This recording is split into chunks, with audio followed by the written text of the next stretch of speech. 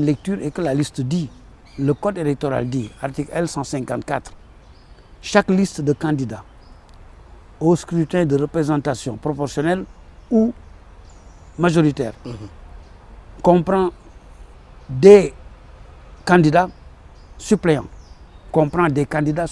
Chaque liste comprend des candidats suppléants en cas de vacance d'un siège de député.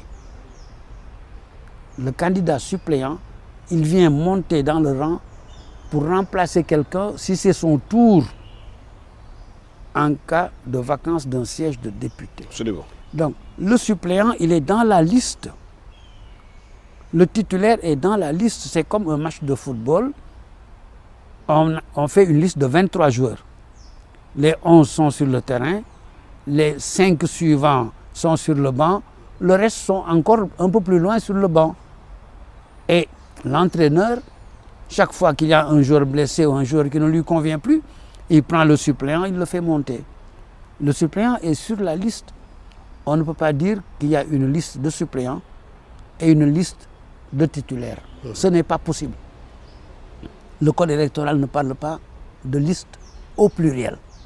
Donc il est impossible de prendre une liste, de la diviser par deux et de dire là c'est la liste des titulaires, je n'en veux plus, là c'est la liste des suppléants qui les remplacent.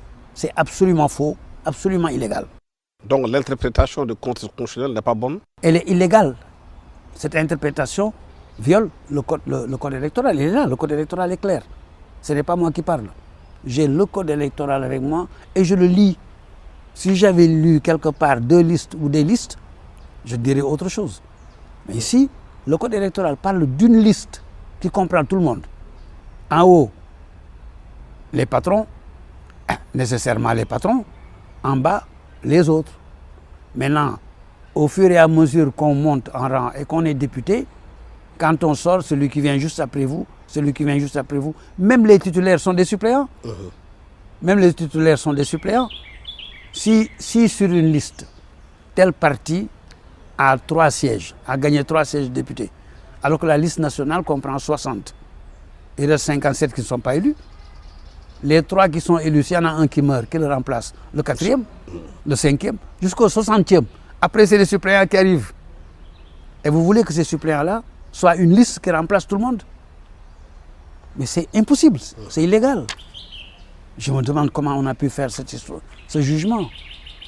Le ministre de l'Intérieur, il peut faire une justice relative, des décisions relatives, selon qu'on soit riche ou pauvre, les jugements de cour vous feront coupable ou innocent, selon de quel côté on est. Ça peut être le problème d'un ministre de l'Intérieur. Mais le Conseil constitutionnel ne peut pas vivre dans ces situations.